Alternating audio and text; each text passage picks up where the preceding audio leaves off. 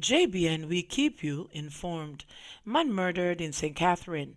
One man was shot and killed along the Pedro Main Road in St. Catherine on Saturday, July 27. He has been identified as 30-year-old Jeffrey Daniels, also called Jeff, of Mount Pleasant District, Bronzewall, also in St. Catherine. Reports by the Spanish Town Police are that about 1:30 a.m., gunshots were heard coming from a section of the community, and residents stumbled upon Daniel's body along the roadway. The police were summoned and the victim was taken to the hospital where he was pronounced dead. Assistant front desk manager dies in a Nova Road accident. A resort front desk assistant manager who hailed from the parish of Handover died from injuries she received after she was mowed down by a motorist along the Norman Manley Boulevard in Negril, Handover on Monday afternoon. She has been identified as 35-year-old Moya Nunes, assistant front desk manager at the Rio Club Hotel and resided at Cousins Cove in Green Island. Reports are that about 12:20 p.m. on Monday, Nunes was crossing a section of the roadway along the Norman Manley Boulevard when she was mowed down by a 2002 Toyota Corolla motor car, which was being driven by Tyrone Quarry, a mechanic of Orange Bay, Nova. Nunes suffered severe injuries to her body and she was rushed to the Savlamar Hospital where she was pronounced dead. 3 cops get suspended sentence, fined for threatening to kill teen, extort family over gun find.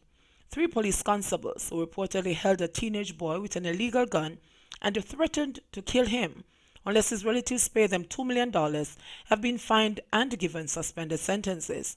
Adrian Jackson, Lucien Bryan, and Ramon Wellington were each given a 3-year suspended prison term for perverting the course of justice and fined $250,000 each for breaches of the Corruption Prevention Act.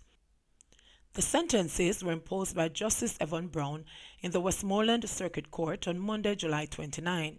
The 3 cops, ranging in age from 24 to 27 years old, were also charged with kidnapping and extortion, but those charges were withdrawn by prosecutors before they pleaded guilty earlier this year. That is not even a slap on the wrist, one law enforcement officer fumed after the sentences were handed down. The 3 cops were arrested and charged arising from an incident in Haddon, Westmoreland on August 5, 2017. According to prosecutors, the cops were on patrol duties when they signaled a bus traveling from Montego Bay to stop. During a search, they allegedly found an illegal firearm in the bag of a male passenger, who they uncuffed and placed in the back seat of their service vehicle. The man complained to investigators that while driving around with the cops, they told him they were going to kill him, before inquiring what he could do for himself. That's when the man said he called his mother and the policemen demanded $2 million for his release. What happened next was like the script out of a movie. Prosecutors said the woman reported the incident at the Santa Cruz police station in St. Elizabeth and the police personnel drove her to Westmoreland. The woman arranged to meet with the 3-row cops in Ferris, Westmoreland, but said they quickly suspected that it was a setup and sped off, eluding their colleagues from St. Elizabeth. According to prosecutors, the row cops placed 2 knives and a pair of scissors in the man's bag, tossed the illegal gun into bushes, and told him he would be charged for the knife and he should not speak about the gun.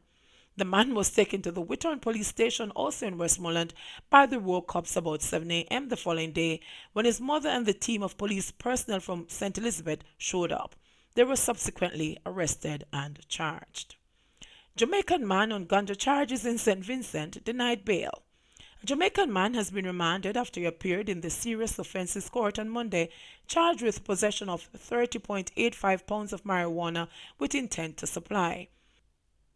Novian Travis Vaughn Mullins, 29, is alleged to have had the drugs in a suitcase while attempting to board a flight to Barbados on the night of Sunday, July 28.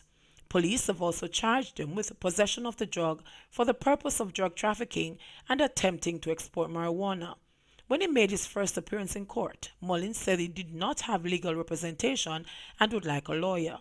He told the court that his relatives are unaware of his presence in Kingston and would like to contact persons in both Barbados and Trinidad.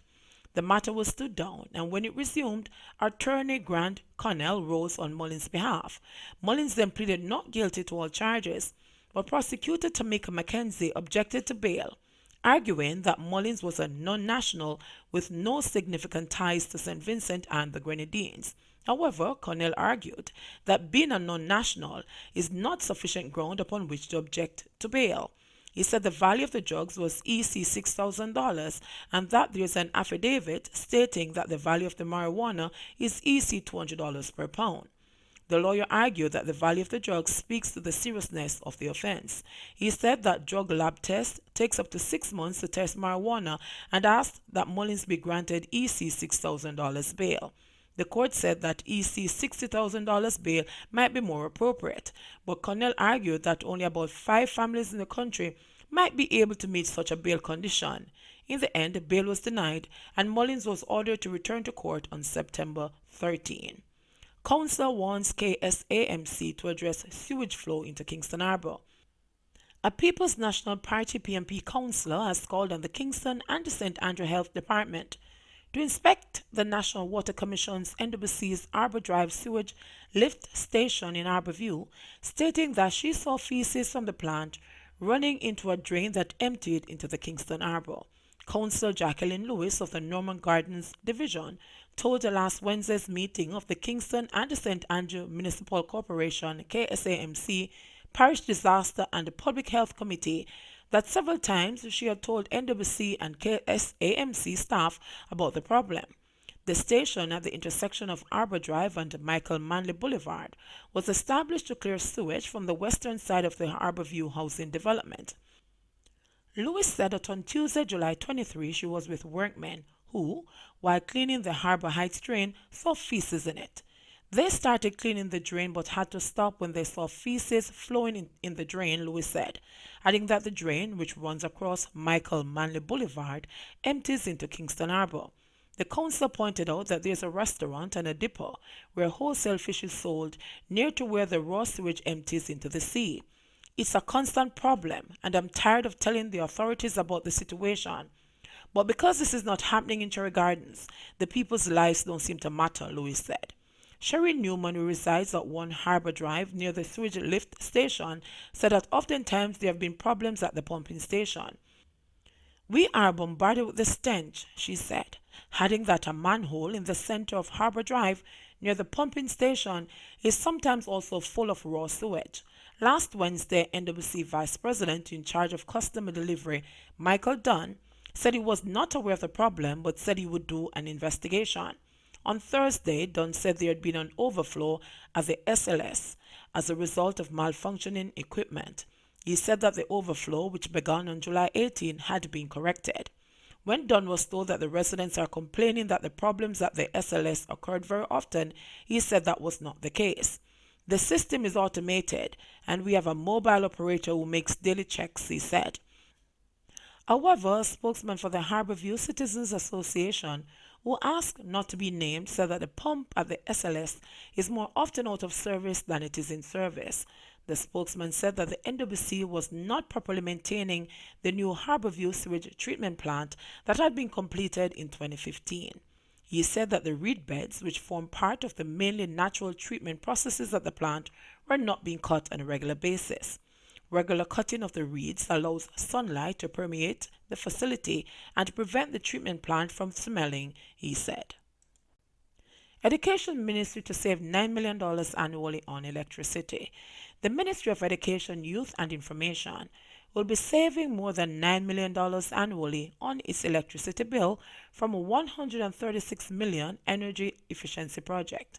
Under the project, which is undertaken at the Ministry's head office by the Petroleum Corporation of Jamaica through its Energy Efficiency and Conservation Program, the buildings were retrofitted with a solar system that will result in a 34% saving on electricity consumption.